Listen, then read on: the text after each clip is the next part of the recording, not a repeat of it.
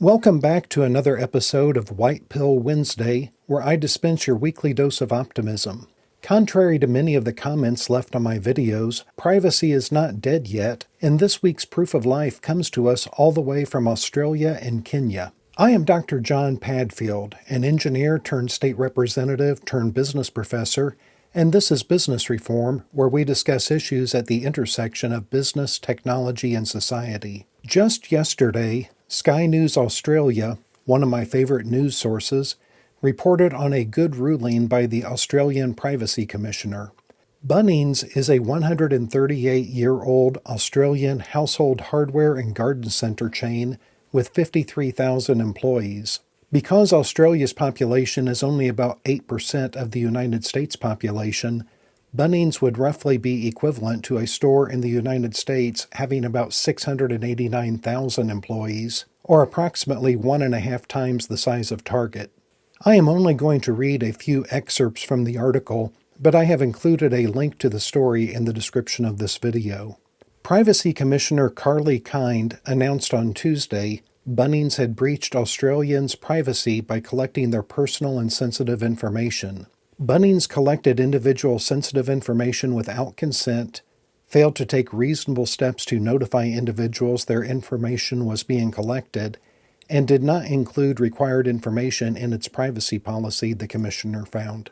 The Privacy Commissioner conceded Bunnings may have had good intentions with the cameras. Quote, "However, just because a technology may be helpful or convenient does not mean that its use is justifiable," Ms. Kind said.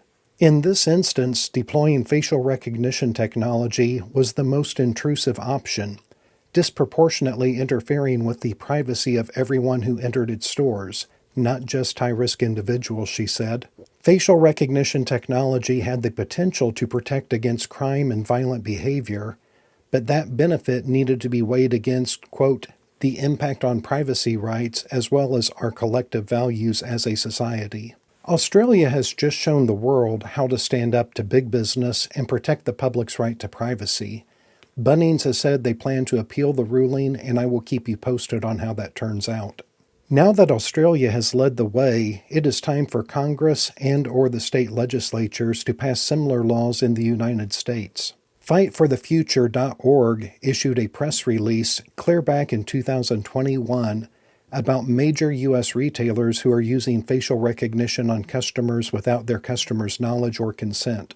Some of the stores known to be using facial recognition include Albertsons, Home Depot, Kroger, Lowe's, Macy's, and Walmart. A link to that story is also included in the description of this video. And one other short story from Kenya. Business Daily reported just today that the Data Commissioner of Kenya is seeking assistance from foreign governments to go after companies located outside Kenya who are violating the privacy laws in Kenya. She is wanting mutual legal assistance agreements on data protection issues. The article states, quote, "This comes at a time when the Data Commissioner has been increasingly fining companies for data protection violations. In September last year, for instance, the Office of the Data Protection Commissioner fined digital lender Mola Pride 2.9 million shilling, about 22,000 US dollars, for using information obtained from third parties to send threatening messages and calls to defaulters." The article goes on to explain that since the ODPC was created in 2019, it has registered about 7,223 institutions that handle sensitive data of Kenyans. To date, the office has received nearly 6,600 complaints about data breaches, and 88% of them have already been resolved.